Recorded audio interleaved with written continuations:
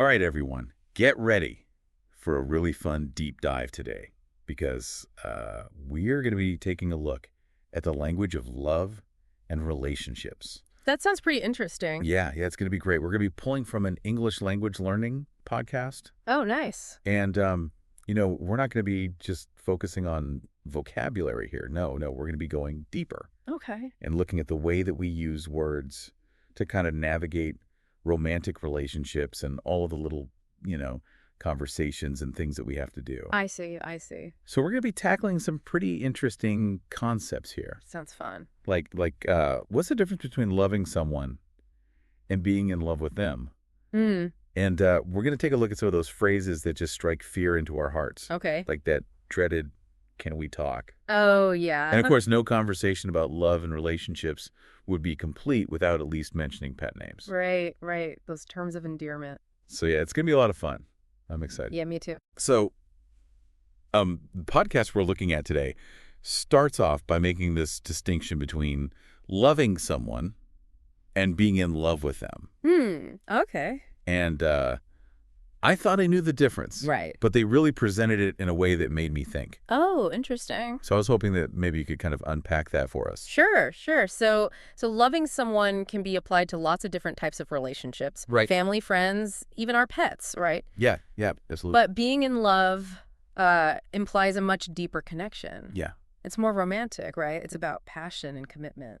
yeah, that spark. Exactly. That's what sets it apart. So it's almost like it's not just about the words themselves. Yeah. It's about how we understand what romantic love actually means. Yeah, the cultural understanding, right? Yeah, exactly. And I think it's interesting because that can vary so much between different cultures and languages. Right. You know what might sound incredibly romantic in one language Yeah, could just be like an everyday phrase in another. that's a really good point. So I'm curious, are there any other languages that you know of that make this distinction? Well, I know that, And if so, what does it tell us about how different cultures view love and relationships? that's a good question. Yeah, it's almost like language gives us this window into the heart of a culture. Right. How they see the world. Okay, so speaking of things that kind of get our hearts racing, Okay. let's talk about one of those phrases that can just send chills down your spine. Right.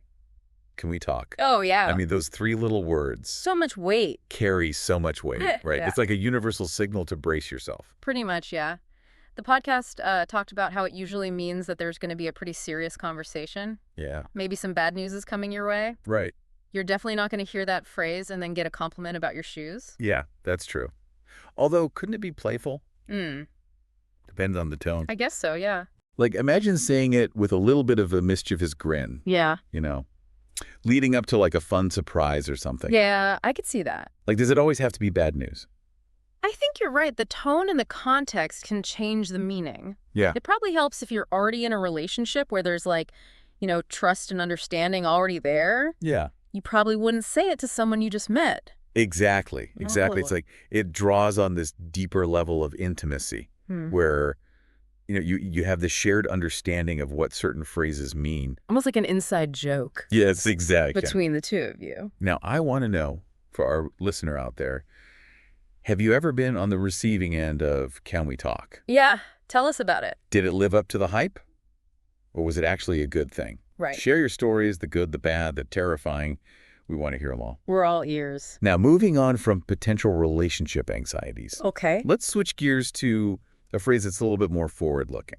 That is, where is this relationship going? I feel like this is all about trying to understand the future, Right. both as individuals and as a couple. Seeking clarity, yeah? Yeah, exactly. Wanting to know where things are headed. Trying to map it out, yeah.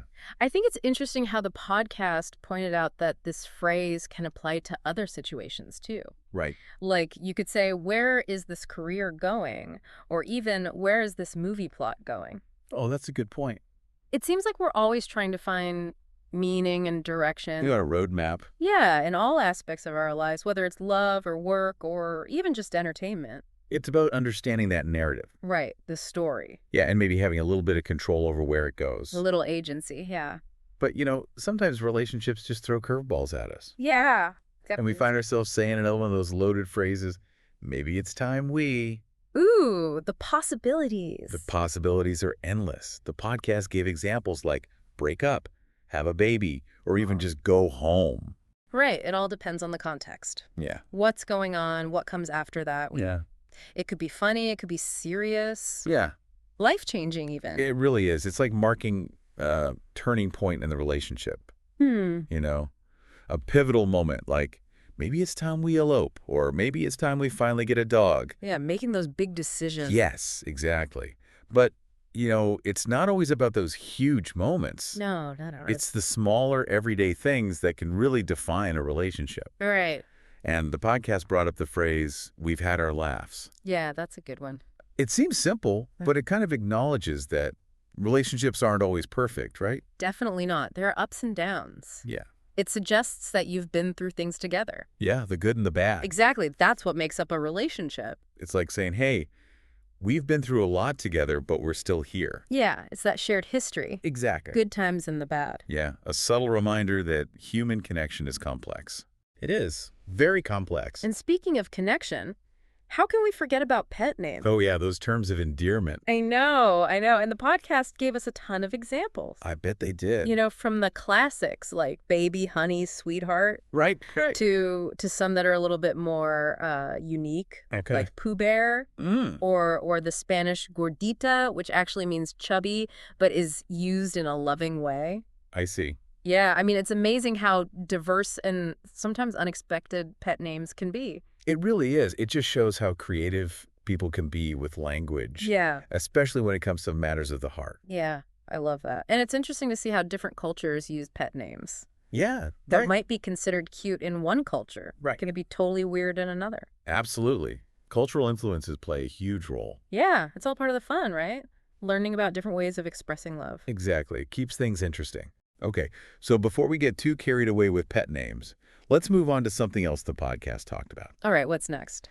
Well, they brought up this idea that sometimes the words we choose can actually create distance in our relationships, Oh, interesting. even when we have good intentions. Yeah, I've been there. Yeah. And I think that miscommunication is a pretty common challenge for a lot of couples. It is. It really is. And often it's because of those little nuances in the way we use language. Right. We might say one thing, Yeah. but our partner hears something completely different. And that leads to all sorts of problems. Exactly. Confusion and frustration. Exactly. It's almost as if we're speaking different dialects, even though we're Yeah. technically using the same language. That's a good way to put it. And sometimes it's not even just about the words themselves. No. It's about how we say them. Right. The tone of voice, the body language. Yeah. Yeah, all of those nonverbal cues. Exactly. Those can make a huge difference. Yeah, like think about sarcasm. Oh. It's so hard to convey sarcasm in a text message or an email. It is. Because you're missing all those subtle cues. Exactly.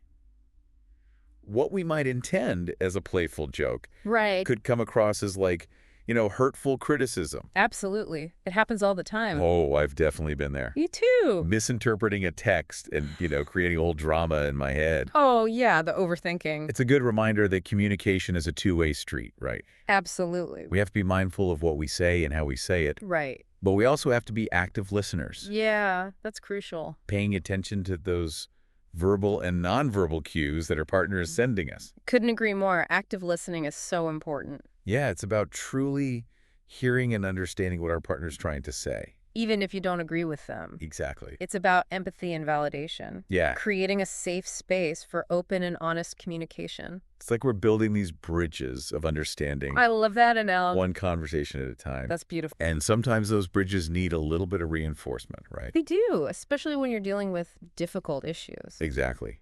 Especially when we're navigating those tricky relationship issues. The tough conversations. And speaking of tricky, the podcast also talked about a phrase that often signals a need for some serious bridge building.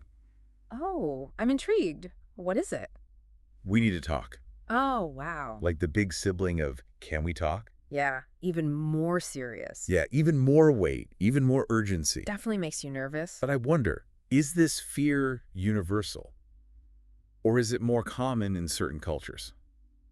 That's a good question. Like, I'm thinking maybe in cultures that really value direct communication, we need to talk, might not be seen as such a bad thing. Right. Maybe it's just seen as being straightforward. Yeah, like let's just address the issue head on. Yeah, get out in the open. But in cultures where people tend to communicate more indirectly, Right, where things are more subtle. we need to talk. Could be really anxiety-provoking. Yeah, leaving you to wonder what's going on. Yeah, and how to prepare yourself for this conversation. It's like a cultural minefield. Exactly. So it's not just about the words themselves. Right. It's about all of the cultural baggage that they carry. The unspoken rules. It's a good reminder that even in our closest relationships, Yeah. we're always navigating this complex web of cultural influences Absolutely. and personal interpretations. Their own unique perspectives. It's fascinating, isn't it? It really is the power of language. Yeah. How it can bring us together and sometimes pull us apart. It's all part of the human experience, I guess. Well said. All right. So before we get too deep into the cultural complexities of communication, Okay. just a quick break. That's good. And when we come back, we'll continue our exploration of the language of love and relationships. Looking forward to it. Yeah, it's like we're always trying to figure each other out. Right, like a puzzle. Yeah. And maybe that's part of what makes relationships so interesting. It definitely keeps things exciting. Absolutely. It's like learning each other's love languages. Yeah, finding that common ground. So the podcast also talked about something else that I thought was really fascinating. Okay. It was this idea that the words we choose can actually sometimes create distance or misunderstanding, Right. even when we have the best of intentions. Yeah, I think we've all experienced that at some point. And I think miscommunication is a pretty common hurdle in any relationship. It is. It's bound to happen. And it often comes down to those little nuances in language. Yeah, those subtle differences in meaning. We might say one thing, but our partner hears something completely different. And that can lead to a lot of confusion and frustration. Absolutely. It's almost like we're speaking different dialects. Right. Even though we're technically using the same language. And sometimes it's not even just about the words themselves. No. It's about how we deliver them. Right. The tone of voice, body language, all of that plays a role. Exactly. All those nonverbal cues can speak volumes. They really can. Like, think about sarcasm. Oh, yeah, that's a classic example. It's so hard to convey sarcasm in a text message or email. It is. Because you don't have those subtle cues to rely on. Exactly. What we intend as playful teasing could be interpreted as hurtful criticism. Absolutely. I've definitely been on the receiving end of that. Oh, me too.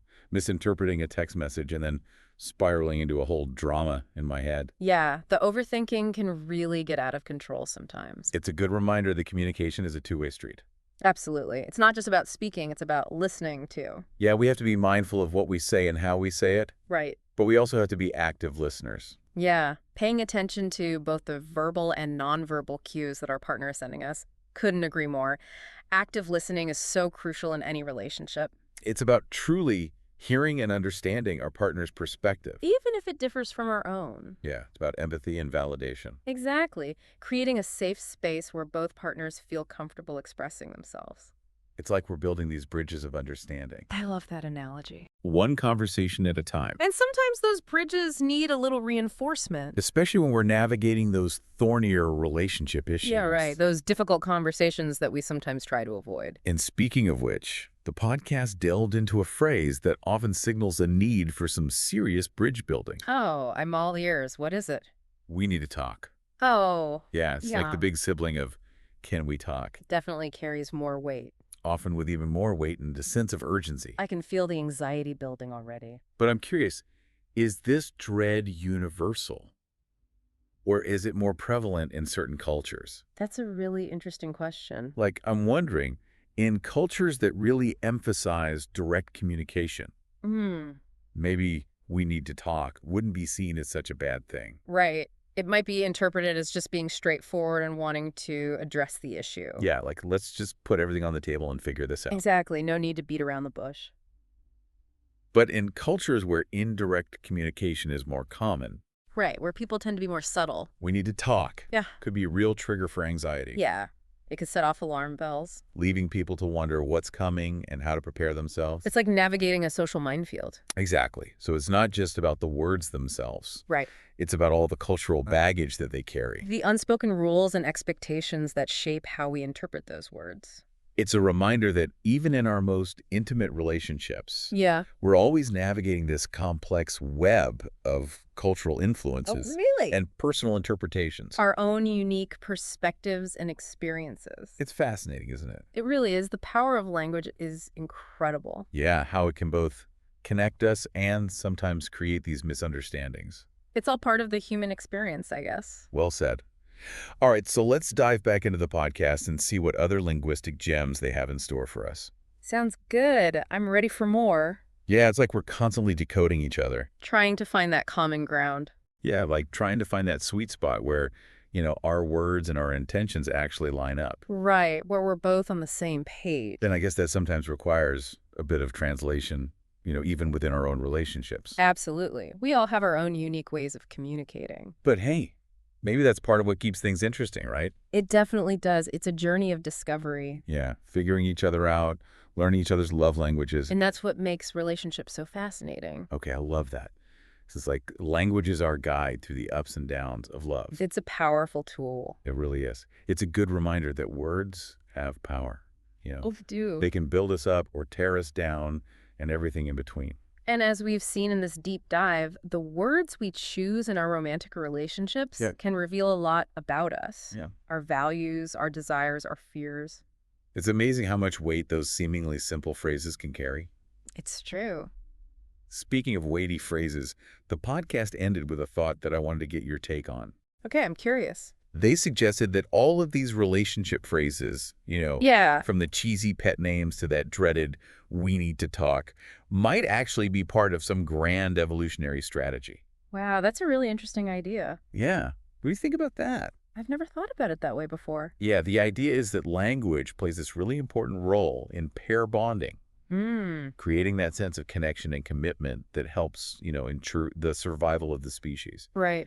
And they argue that these phrases, even the ones that make us cringe, might have evolved as a way to strengthen those bonds, to signal our intentions and just navigate the whole complexity of relationships. That's fascinating. It makes sense, when you think about how important language is for social cohesion, for building and maintaining relationships. Think about all those rituals and traditions that are centered around language. Right, like wedding vows or love songs. Or even just those late-night conversations where you really bare your soul to someone. Exactly. They all contribute to that sense of connection and intimacy. Yeah, it's like language is the thread that weaves together the fabric of our relationships. Creating this beautiful tapestry of shared experiences and emotions. And that tapestry is always changing, right? Just like our relationships. It is. And the language we use might change over time as well. Yeah, what might have been endearing at the beginning of a relationship could become too familiar or even grating later on. Absolutely. Our needs and preferences evolve, and our language needs to adapt as well. It's a good reminder that communication is a dance. It's this constant negotiation between two people. We have to be sensitive to our partner's needs, and that includes being mindful of the language we use. So it's not just about learning the right phrases. It's about understanding how language shapes our relationships. Right. Being intentional with our words and recognizing that they have the power to connect us or divide us. Well, on that note, I think it's time for us to wrap up this deep dive. It's been a great conversation. Got a great conversation. But before we go, I want to leave our listeners with one final thought. Okay. If language is this powerful force in our relationships, what words will you choose to write your love story? Think about it and maybe even share some of those words with us. We'd love to hear your linguistic love notes. Thanks for joining us for another deep dive. We'll see you next time. Bye, everyone.